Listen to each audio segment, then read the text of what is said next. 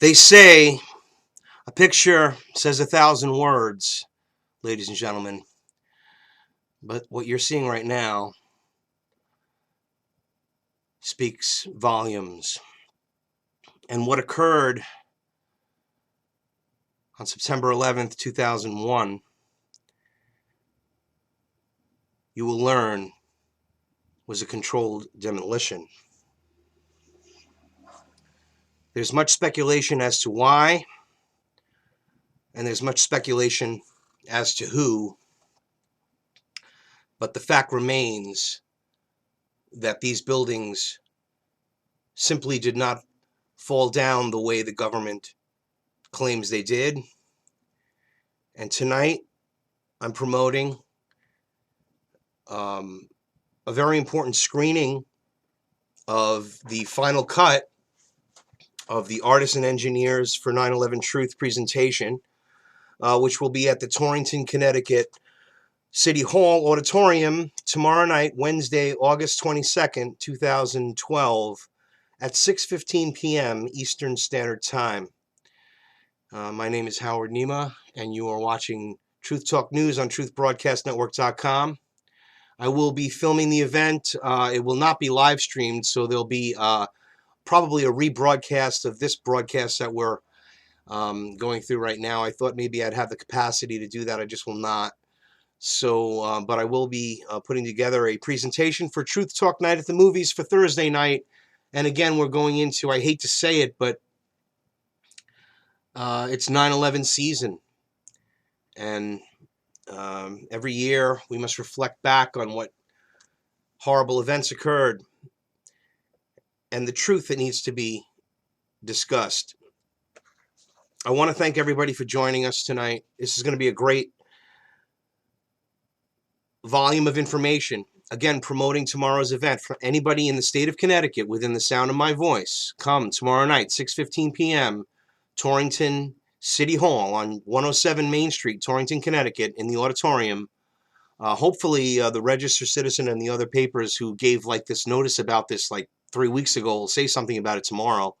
I'm hoping that we'll get a little more. I wrote some notes about this just so that you know that, Wayne. I'm hoping that I made some pleas towards the press to get some information out there, and I know that Jacques Williams certainly made some attempts as well, who's on the Art and Culture Committee. Anyway, I'm very happy to have and very privileged, of course, again to be working with you again, Wayne. And I'm happy tomorrow night to be filming this broadcast. And I have Wayne Coste from Architects and Engineers for 9/11 Truth here. Wayne, are you there? Are you there? Do you have your mic on?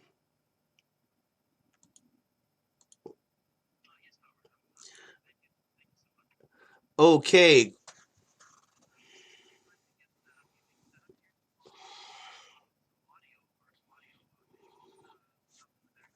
Yes. Well, aren't we all? Aren't we all technically? You know, I have more problems than you'd ever imagine when I have broadcasts. People that are the true diehard fans always stick by it, and there's always a challenge.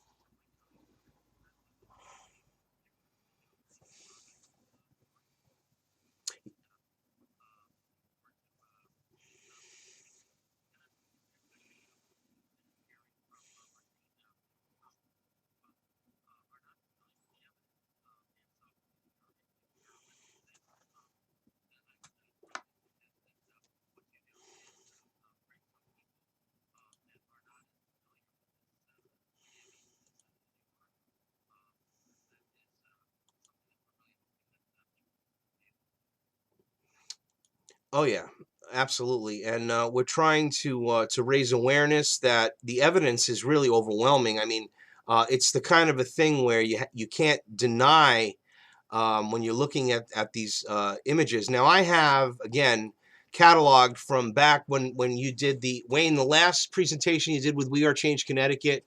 You did, at the Silas Bronson Library. I have clips from that, and anything that you want to refer to. I mean, are you watching the broadcast with the sound muted right now on Truth Broadcast Network? Yeah, you can see me this way that you can see it. Now, what I'm saying is I can show you the screens. Again, I am also sort of technically challenged and learning this new software that I'm working with, but I'm going to show you basically, if you remember the video that I did for when you had gotten written up in the paper. You were written up in the Current, remember, and you were talking about this. This was prior to the event, and then I promoted the event that we had at the library, and it was good. A lot of people really, there was great reaction. In fact, the video, which I have two versions of, one that's the full version, which is like 2.5 hours, and another one that's an hour long, have something like 8,000 views since we did this. And people are starting to wake up, and it's a very, very popular. In fact, on my YouTube page, and I'll tell you the truth, which gets 8,000, 9,000 views a month. Your video, your 9/11 Architects video is every single month is right behind Fritz Springmeier, number 2. The Fritz Springmeier interview, you are number 2. So they are getting tremendous amount of views. We're talking about at least 900 views on my page alone. And my page is downloadable and everyone can share it and move everything they want. So again, I'm happy to have you here and to, again, there you are right there. I'm showing you, if you can look at the broadcast right there from when you were doing your lecture. What do you want to talk about that, since we're going to get into so many, do you have still shots, or did you have anything that you can show us right now, or what do you have?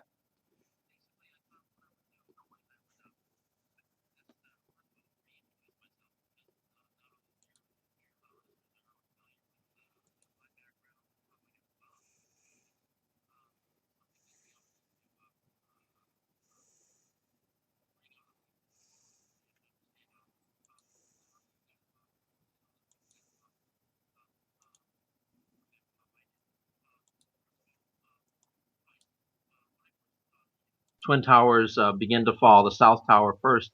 I believe the official story simply because it was the only story that was out there. And it took me, and I said when I first saw the tower fall, I said, I'm going to have to wait for an explanation. I just can't understand what I've seen. It just doesn't make any sense at all to me. And so I waited for years for a good and a reasonable story to come out, but nothing ever really did. And so what I did is is I would hear from some friends and associates that something was funny, and I actually saw loose change, and well, that was kind of like really interesting, and but it didn't quite speak to me very forcefully.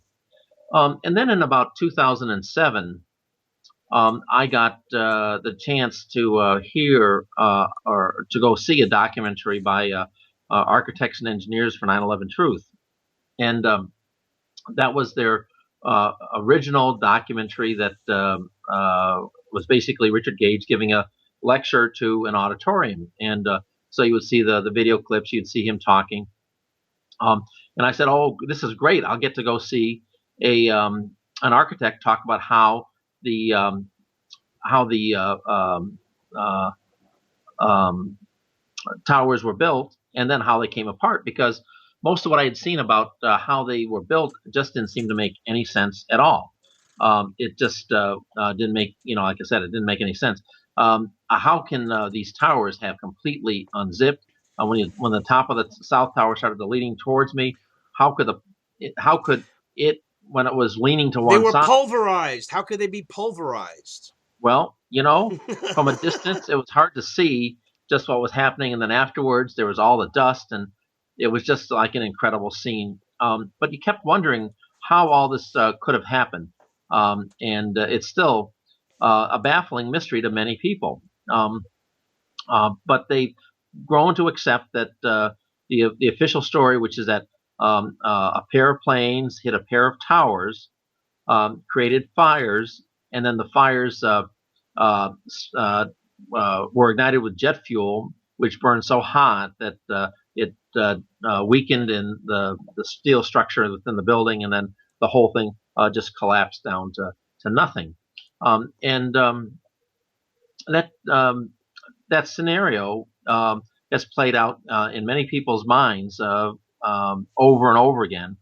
Um, and it's been reinforced by the media, who is unwilling to talk about what actually happened.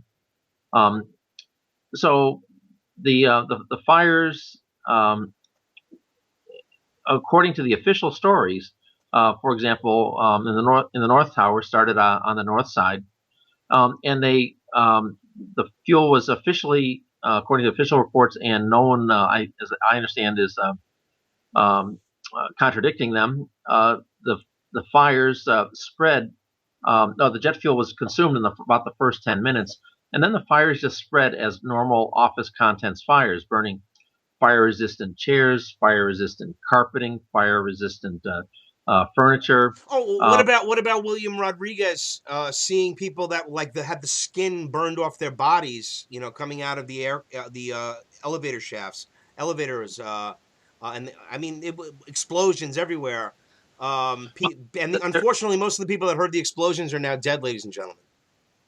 Yeah, we certainly know that there were many explosions. There were, I think, well over 100. I think nearly 200 first responders who reported in their oral histories that there were explosions, and as a result of that, those explosions, there should have been some investigation.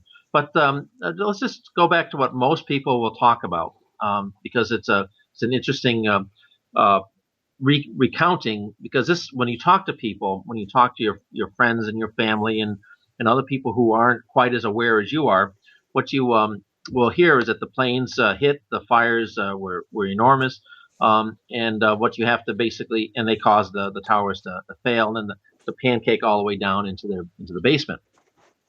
So what you have to know is that the official story is that the fires were, the fuel was completely consumed in the first 10 minutes, most of which was in a fireball, and then it was an office contents fire, burning these fire-resistant materials, as I said. And then it progresses across the building to the south side, where that is where effectively the official story will have the fires getting so hot that the floor trusses will both heat up and expand, breaking away from the floor, which because of its mass would have given it some cooling, and then because it was unsupported and hanging, it heated, and then it cooled and actually contracted and pulled in some of the exterior columns. Right. They also say, I mean, so how do you know, we all know what self-cleaning ovens are. They get pretty hot, and it takes a long time for them to cool down. And so the official story had the floor trusses heating up, expanding, breaking away from the concrete, sagging, and then getting even hotter, and then somehow cooling, all within 40 minutes or so, to pull in the outside perimeter columns. And well, these are the things that were soft and weak, and how are they going to pull in anything? So, but at any rate, that is kind of one of the official versions of what had happened. There's also the huge amount of heat that's in the elevator shafts, apparently heating up all the massive core columns. And the thing you have to question here about is that, yes, indeed, the elevator shafts could have acted like chimneys. Now, whenever you see a chimney that's putting out a lot of heat, or a fireplace that's putting out a lot of heat, and it's going up the chimney, and its heat would be heating up the steel in the case of the Twin Towers. If you were to observe this, what you would see is an enormous amount of flow going up the elevator shaft and out the roof. Well, we don't see anything like that at all. So there's something that's not quite right with the official story. You know, it seems that there's no way for the core columns to have gotten heated up so much, because there's not much around them. For example, they're out in the middle of the They're far away from the They're office 90 space. stories down, 80 stories down. And of course, you're right, Howard. When you start looking at all the all the uh, all the things that are going on at the 80th or the 90th floor, depending on which tower, the structure down below should be basically undamaged and unchallenged. But as you pointed out, Willie Rodriguez and others have pointed out that there's huge explosions. But I'll tell you what the official story is. Of course, is that the jet fuel hit from the planes, landed so that it would go down the elevator shafts, and then it ended up exploding in the basement and on the first floor in the lobby area. Now, the trouble with all of that is, if you want to think about this in terms of, like, simple, most people can imagine this simple little physics experiment. So imagine you go up on top of 1,000-foot elevator shaft, and you spilled through or dumped over a can of a barrel of oil, and it's going to go tumbling down. It'll be, and you don't just simply pour it down the middle of the shaft. You kind of like have to throw it. So by the time it goes down a floor or two, it's going to hit the wall, because it's going to have some horizontal velocity to it. It's going to hit the wall. It'll be dripping down. It might bounce back, kind of bounce off, and splash off and head down some more. But what you're going to end up with if you're going to have enough of this jet fuel to cause an explosion way down below, is you're going to have a completely saturated air fuel mixture going up and down the entire 1,000-foot column. Doesn't that sound right to you, Howard? Yeah. Yeah. So if you have a 1,000-foot column of air fuel mixture, how in the world is it going to explode at certain levels? Because it's going to go off more like a grain elevator would, and the entire 1,000-foot column is going to go kaboom, all at once, not one floor or the other, because it's all connected by the air. And once you have a detonation, it will the whole thing will go. And there's no reason for there to be any more detonation at certain levels than at others, if you have, in fact, the jet fuel that's going down, hitting and dripping down the columns, the elevator cables. It's just going to make a whole great big, if indeed this is what happened, it's going to make a whole column full of air fuel mixture that, if it were to go off, it would explode at one level. It would continue on and ignite the entire column. And this would be visible from the outside of the building, as all the windows effectively being blown out or popped out, all up and down the building, virtually instantaneously, because it would be as if a huge air fuel bomb had gone off in the center of the building. But we don't see anything at all like that.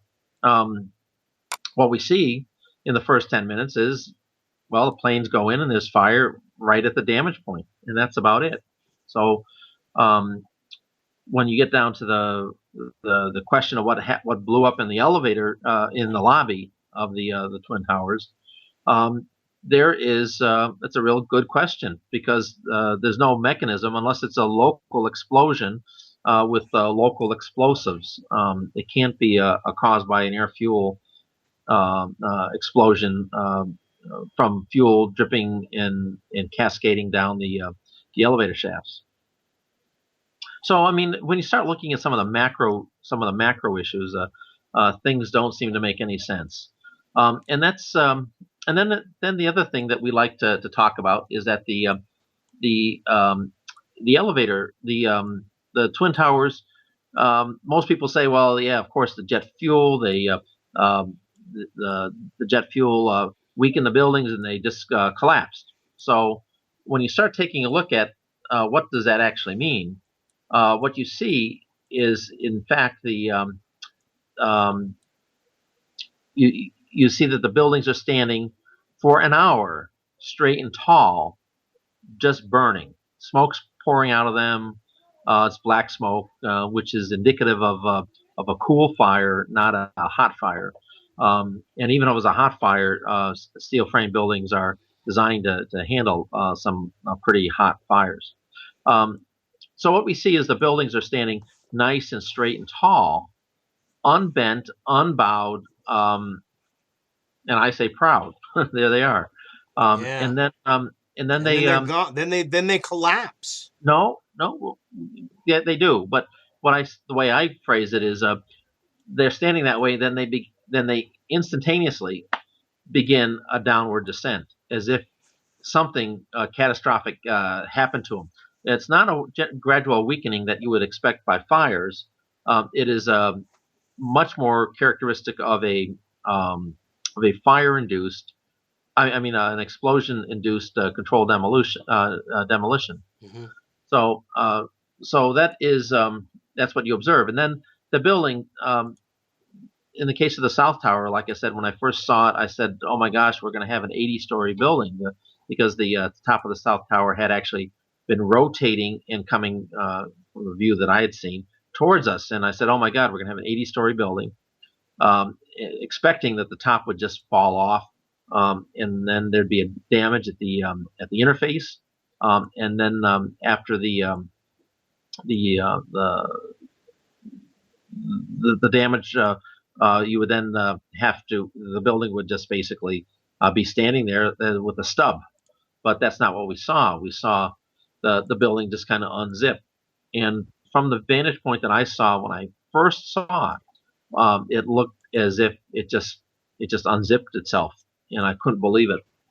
Um, and so when you talk to people, this is the image. These are the images that you're going to have to contend with, and people are going to think that the building just pancake collapsed into their own footprint. But when you actually look at the videos, what you see are that the buildings are actually being exploded. There's, for example, when the buildings were put together, there were 4-ton perimeter column sections. The perimeter column sections were bolted and welded into place. And as the building is coming down, some of those have to break their welds, break the bolts, and then be accelerated instantly to 60 miles an hour, so that by the time they hit the ground, they've traveled horizontally about 600 feet. This happens in all directions. It happens going southward and the northward direction. As a matter of fact, some of the pieces that have been ejected from the building are actually embedded in the World Trade Center Building 7, creating, as the official story has, creating some fires in the building. But so there's an enormous amount of energy in these buildings when they're being destroyed, and the simple unzipping of the building, which is kind of one of the ways it had been described as the floor trusses would separate from the perimeter columns all the way down.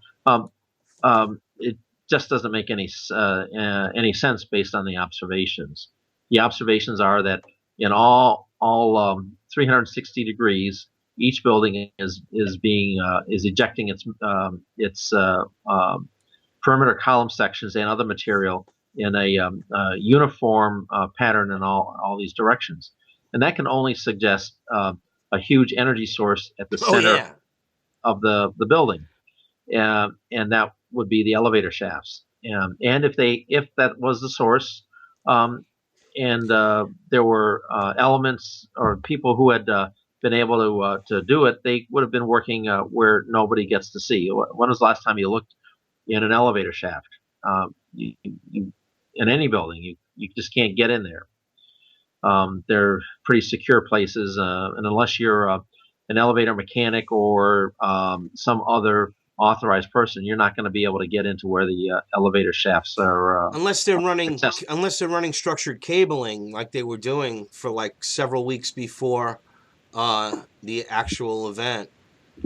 And on the weekends, they were actually supposedly doing some infrastructural cabling that's on record, That's suspicious, wouldn't you say? Well, there's I'm not sure what you mean by cabling. Yeah, they Uh, were they were doing changing with the phone systems and the wirings, and they were doing cable work on the weekends for several weeks. you know, And of course, we know that Bush's brother was the head of security at the World Trade Center. I mean, it goes on and on. I mean, it's endless. I don't want to. You're giving great information to the obvious physical facts, but right. I mean the deception is clear for those that are listening and watching, and I'm sure would concur that something's rotten in Denmark here, Wayne. Right. Yeah. Well, this is not Denmark, Howard. This is the United States, Well, you and know what I mean. where we have freedom of the press and Thank all that other. God. And it appears that as we all know, that there's something not quite right with our media these days. In particular, the phrase "freedom of the press" means. I've been told it means he who owns the press is free to print what he wants. So that's I guess that's what freedom of the press means. Yeah, And like as it's you like it's like the New York Times. Instead of it being all the news that's fit to print, all the news that we see is fit. um, that's probably not a bad way of putting it too. Um, so there's a couple other, and I wish I could have my videos working here, but there's a couple other things that are really interesting. First of all, when you watch the North Tower collapse, this And is what the second. I can do that. The second tower, I have The, footage of this. I could show it. okay, I well can. let me step aside, and I've got to reactivate a computer that is Well, you know what? going. If I show if yeah, I'm gonna you try. Maybe you can like get your stuff going because we still have plenty of time. We're just about halfway through the show here on Truth Talk Okay, News on truthbroadcastnetwork.com. So yeah, let me I'll show some North Tower stuff. I have access to YouTube here, so I'll do that. All right. okay, and I'm going to turn off my video, I guess, for a moment. Sure. Well, Okay, you don't have to turn off your video because I don't have you on screen. You're off. okay, okay. Okay, no worries. Okay. Yeah, let me find. I was showing before. I was showing stuff from the movie. This is the movie actually that you're. This is the original first cut that we screened some months ago, and now this is the final product from them. And it is a tremendous documentary. So these are all people that they're showing here are all architects and engineers who have done the research and have concluded uh, in that, of course, what the government stated happened didn't happen, at least the way that they said it happened. The actual physical, they're defying the laws of physics in many cases. Free fall cannot exist without there being no resistance. Therefore, no resistance means it's an impossibility without there being something to remove the resistance. So it goes back to the fact that everyone's really more interested in watching football and you know paying attention to like the mainstream media drivel and all the distractions that are put upon us, and it does become a problem. So, you know, all of these 43 or 50 so architects and engineers have given reports. There's over 2,000 um, reports, I believe. I think last I heard there were 17 when you reported it last time. If you can hear me over there, Wayne, it was how many architects and engineers have signed on? You're just on audio right now. How many have signed on so far? Well, there's we've got about 1,700 architects and engineers, Right. and in order to become one of the architects and engineers on the petition, you have to have a degree in either of those disciplines, and then once you've got the the degree, you're able to sign. We also have about 14,000 other petition signers. Actually, it's probably quite a bit more than that. Who are uh, able to sign the petition, but they don't get counted towards the architects and engineering number. And we encourage people to sign the petition and have your voice heard. That's at architectsandengineers.com, 911truth.com. That's at ae911truth.org. Yes, that's correct. Okay, good. ae911truth.org, everybody. Sign the petition. I mean, again, free speech, just like Wayne was saying. I mean, it is, all the news that they see fit, or it's the news that we get out here like we get out on Truth Talk News. I know it's controversial. I know people don't like to talk about it. My friend Dan Lavallo is now back on the air here in Torrington, Connecticut. He was taken off the air for his political comments from the Talk of Connecticut, where he was there for a very long time. And he is now on a non-political show. I guess he had to make a deal. I understand he's got to make a living. This is his business. But my business is not to make a living telling the truth. This is my vocation of my own choosing. I ask no compensation, nor do I seek any. And I'm not going to be censored for telling the truth to feed my family. So I understand that I invited Dan on, and he was unable to come. He agreed to come on, but then had to relent. And I understand that what's going on is not what it appears to be. After all, the radio station, you can speak to the little program director, that little, I don't know, that little like leprechaun-looking guy, and I forget what his name was. Anyway, the guy that came running down when I started talking about Monsanto and says, you can't talk about that here, and vaccines and all these problems and all, oh, you can't talk about this here. Freaking out, and told me that I could never come back to WAPJ, so I guess I can't even be a guest on your show, but I'd love to. But then I'd probably just get you in more trouble. God bless you, Dan, and I listen to your show religiously, and I keep emailing Brad. So Brad Davis knows me, I'm sure, Howard Nema, and I know he's listening on occasion. Anyway, back to the other truths that we have is we have this fraud, that's been perpetrated against us because of these. I mean, Building 7 is like a big one. That's the one that I think everybody can relate to, saying that makes no sense. Nothing was hit. These buildings, all of a sudden, all these buildings that have never ever been affected by fires collapse in one day. I mean, it doesn't take a rocket scientist or an engineer or an architect to understand that, ladies and gentlemen. If you could just, let your eyes believe what they see. Anyway. Usually I have a break around this time, but are you ready there? Do you need a couple more minutes? Because I could do a little break here. Or you need like 5 minutes, or you want to go ahead? Well, I'm still wishing that my technology would work. Well, I know how that is. I really do. We experienced it a little together tonight. My good friend Barbara Hartwell Skyped me a message that my volume was off on you for a moment. So thankfully, I was able to correct that, and we got that fixed. So yeah, sometimes we just, we're human. They don't want us. They want us to be machines, Wayne. But they we are human after all. Yeah, I don't think I'm gonna be able to get the videos that I wanted in the background playing. Okay. So then. Yeah. But so we can certainly talk about the Building 7 when we come back. Okay. Absolutely. I'll hit to a break. And, you're watching Truth Talk News on truthbroadcastnetwork.com. We're going to take, I guess it's just a couple of minutes of a break here. And we'll be right back.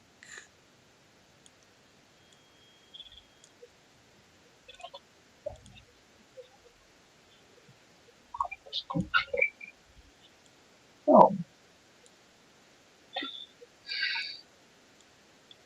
If that's the screen.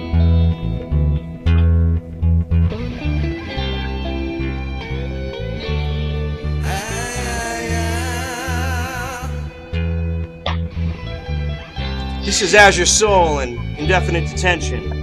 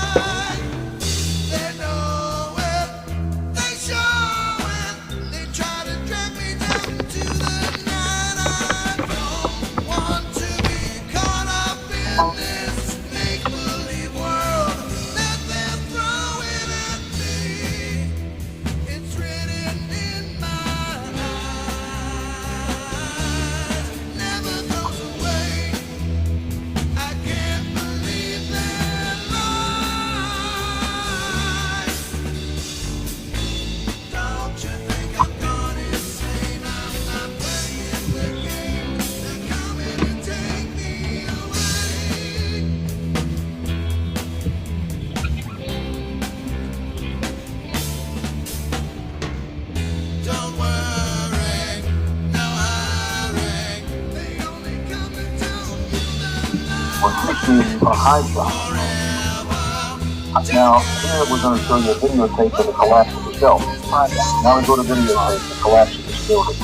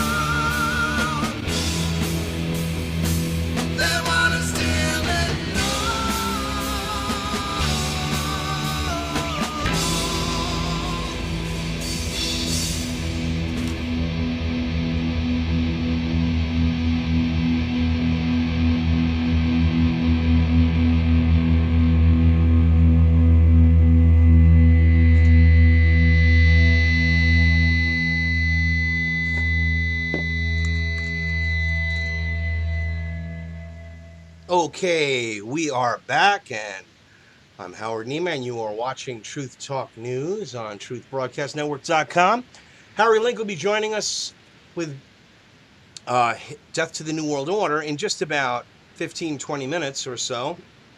And I just wanted to thank everybody for tuning in, and I wanted to thank Pam Suggs, who gets the message out there and keeps the viewership high on TruthBroadcastNetwork.com through her efforts at UnitedTruthSeekers.com. And support Pam. Go to UnitedTruthSeekers.com.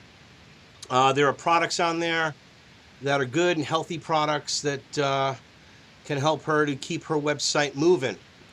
And we need to support people that are trying to spread the truth. And Pam is a great friend and sister, and again, one of the foundations of my network of people here. And it looks as though in the background, because you guys can't see, but I can, that actually you got it going on there. That looks pretty good, Wayne. You just got to, fix the camera angle. That's awesome. Okay, I'm going to move over to Wayne here and let him go over. Now, Harry, if I go over a little bit tonight, you got to give me some leverage. In fact, you're welcome to join me here on Skype, and we can segue in, because we might go a little bit over tonight on this this particular broadcast. So now we have Wayne Coste again from Architects and Engineers for 9/11 Truth tomorrow night here in Torrington, Connecticut, 107 Main Street in Torrington City Hall Auditorium. We're having a presentation of the newest film, which is titled again. What's it titled again, Wayne? It's 9/11 Explosive Evidence. Experts Speak Out. There we go. So, exactly. So we tend to call it Experts Speak Out. So okay. So I think I finally have jury rigged the technology on my side here. You look pretty good there. I would widen the shot if you can, because now I have just one eye. You look like sort of like a strange. There you go. All right. Well, I can slide into the video a little bit. Yeah, that's good. That's actually pretty good. I was actually trying to be a little bit on the outside of it. Okay. If you don't want them, yeah, I can move it off. I mean, it's not a big deal. This is fine. So okay. What I want to do here is go through this. This is something that I usually do during a street street fairs, things like that, where I can set up a laptop and show a video and just kind of go through it. It's about an 8-minute or so loop, and so great. I think we'll not run over very much if we. No, it's perfect. It'll be fine. In fact, you know what I'm going to do? I'm going to widen your shot here. Well, I got the phone ringing. That's terrible. Hold on a second. Let me take care of that.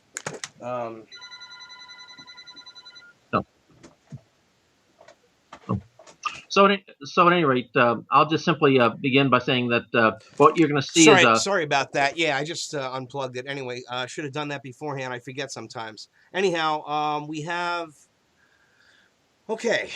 I just want to get a wider shot of this. So I could just show that screen. If you move to... Actually, if you just want to be on the side talking about what you're showing and you move out of the shot, I can tighten in on it.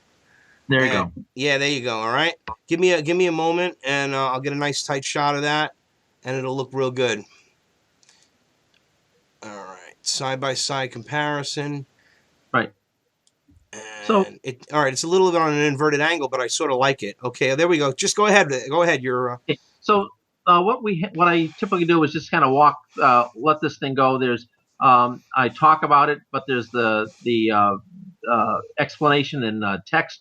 So that people who don't have to approach me and even look too closely, but they can see what's kind of going on. So let me just kind of run through that. What we have is a side-by-side comparison, and many of you have seen this before, where on the one side you see Building 7 and known controlled demolition, and we're going to see that a few more times. And what we have here is Dan Rather talking about it. You can't hear Dan since it's basically a silent loop.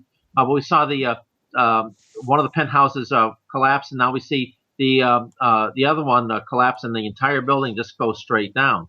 And it's at free fall. So you drop your car keys, you watch them fall. Nothing's holding them up.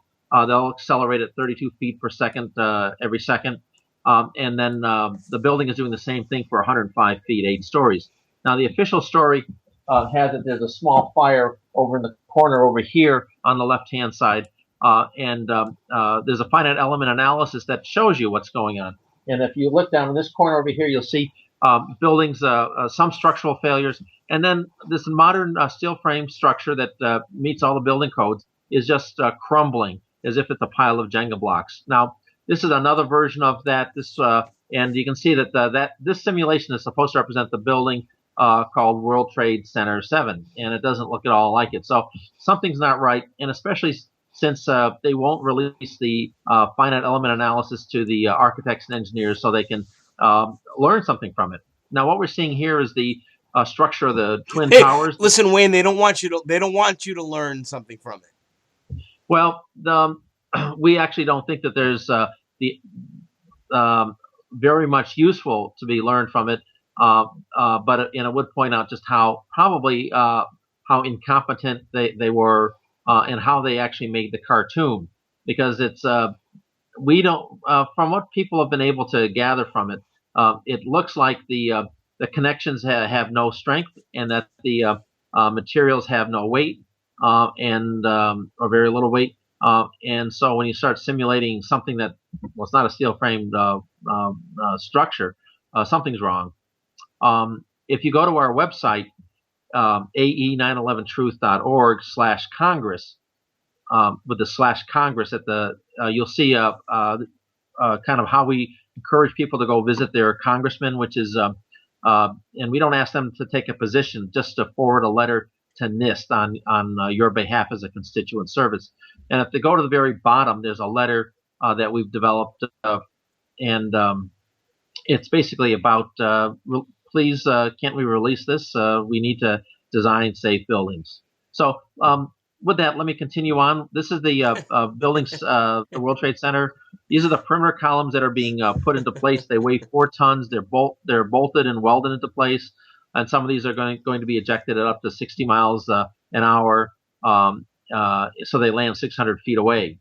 And they'll be ejected in all 360 degrees, as if there's something at the center just blowing them apart, blowing them away from the center of the building. And you can see the core structure there. At the top, you can see of this one, you can see the huge amount of the 6-inch thick steel. These floor plates are going to have 4 to 6 inches of concrete put on top.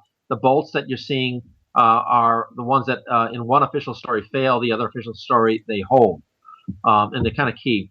Now, this particular shot here, you can actually watch the debris falling down, and you can see the building being destroyed at about the same rate, as if the building is being destroyed and things are being ejected out. As, there's no resistance. Well, watch the racing demolition wave and how it's almost going as fast as the free fall material on the outside. Now, this is looking up underneath the debris cloud when the South Tower starts to fall over. And you can see floor by floor by floor by floor, the material is being ejected outwards. This is not just stuff being blown out through the windows. This is the entire building being destroyed. And it's going in all 360 degrees. From here, you can see 2 sides really clearly. The third side is a little harder to see. This is from the PBS.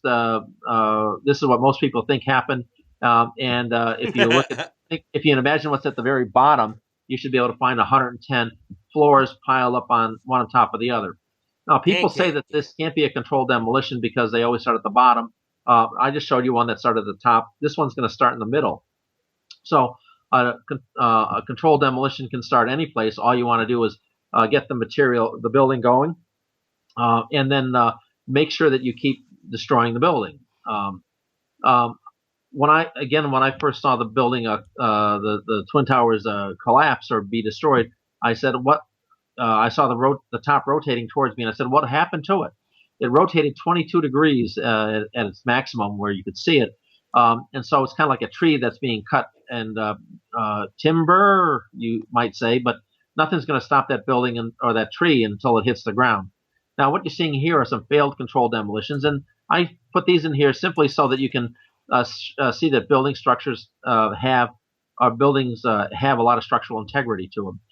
This one's going to drop about 15 stories. The ones that we had seen before had dropped a number of stories. One of them just tipped over. This one's going to have rotational inertia, very much like the top of the South Tower. Nothing's going to stop that from rolling over until it is rolling on the ground. Right. So what happened to the South Tower? So it should have stayed together, but it didn't. And if you take a look at an aerial view of the South Tower, what you see is that in all 360 degrees, it's being destroyed. And what we see here is the ghost tower. It's the core columns. They remain standing for about 30 seconds. Now, the 9/11 doesn't have an exemption from the NFPA, the Fire Protection Association for fire and explosion guidelines. Here's a letter from the FBI saying that we reviewed a technical paper documenting thermite at the site, and they say, no, there's thermite dust. And then here's a letter from NIST saying that, no, we did not collect any dust samples, and no, we're not going to. So we ask people to kind of take action and do something, volunteer with architects and engineers, try to get someone like myself to come for a screening. Oh, what we have here is a demolition less. Let me start that one again. Let me pause it first. Right. What we've seen in all the other buildings, demolitions, are buildings in which the structures are destroyed by explosives. The French have, for a variety of reasons, have developed a technique called verronnage that destroys buildings without the use of explosives. Now, you're limited in the type of building that you can destroy, and in this case, they have to be brick or masonry in order to both have the mass to destroy the upper section to destroy the lower section. You have to you can't be steel because there's not enough oomph and there's too much strength in the steel, so that doesn't work. And they also have to start kind of in the middle because as the building is coming together, colliding, the upper part colliding with the lower half, they destroy both the upper part and the lower half. And in this particular view here, you can see that what they've done is they've yanked all the columns on one side, and they're all collapsing. And you can see there's an upper section of 7 stories, a lower section of about 7 stories, and then there's another section even further down below. Now, what's going to happen with this building is by the time the top finishes destroying the bottom,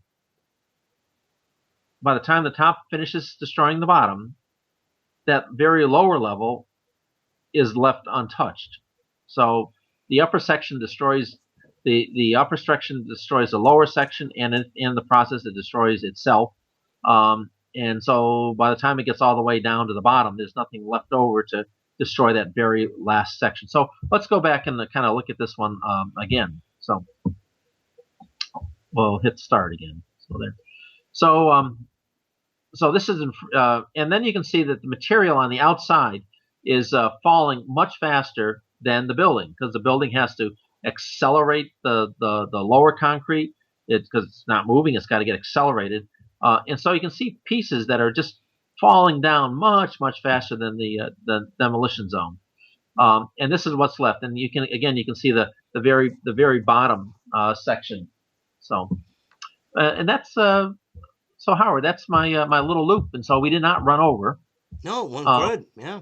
And so that's what I like to get out in front of people and just talk about it. And because it contains most of the elements that you would want to talk about. It doesn't get into some of the fireballs and all that stuff, and the strength of steel and all, but it gives you some macro observable events.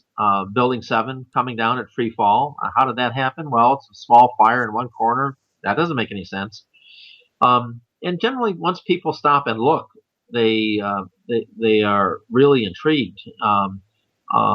My personal observation is that probably about 60% of the people that stop to look at it are already familiar with the evidence. Probably about 30% will stop and be absorbed with this. About 20% will stop and look and realize they don't want to know anymore. So, and then they'll kind of walk away. But I try to give a little running narrative, kind of like I did here, to kind of touch on all the bases. Now, tomorrow night, you're going to be at the Torrington City Hall. You're going to be seeing 43 of our professional petition signers talking about why the official story can't be true. And it's architects, high-rise architects, registered structural engineers, chemists, physicists, fire protection engineers, firefighters, talking about why the story can't be true. Then we'll have then there are psychologists and therapists talking about why it's such a hard message to hear. Well, that's not an engineering issue. Anybody who does outreach with concerning 9/11 certainly encountered some reactions that they never thought they would, that don't seem quite logical, because people just don't want to know. They're really resistant to facts. They come up the thing I find the most interesting is how many people come up with their own theories as to what happened, as if because nothing makes any sense, they feel empowered to make up stuff that doesn't make any sense. Also, so yeah, there is a lot of disinformation that makes no sense at all. I mean, I agree with you on that, but there's irrefutable evidence that, I mean, look, let's just get into one little digression. For example, they found 2 of the hijackers' passports pristinely in this rubble. That's just unbelievable, ridiculous nonsense. So things like that are what we're dealing with. right. So take that as a little bit of truth as well. And that's Truth Talk News tonight. Okay, everybody in Torrington and anybody nearby in the state of Connecticut or anywhere in the realms of and therefore after, come around tomorrow night, August 22nd, 6:15 p.m., Torrington City Hall, 107 Main Street, Torrington, Connecticut, for architects and engineers for 9/11 Truth. And thank you again, Wayne Coste, for joining us tonight. Well, thank you, Howard, for having me. And again, I wish I had my my technological my audiovisual technological certificate, but apparently that's something I didn't get at engineering school. Well, what are you going to do about it? You wing it, but I tell you, it's the information that counts, not the production. See, we've all been programmed to think that it's got to look good and slick, and if it's not slick and it doesn't have this, if you don't look like you have this certain appeal or whatever, that's part of the control, everybody. Okay, right about now, we have coming up, Death to the New World Order with Harry Link. Thank you again. God bless you, and Death to the New World Order.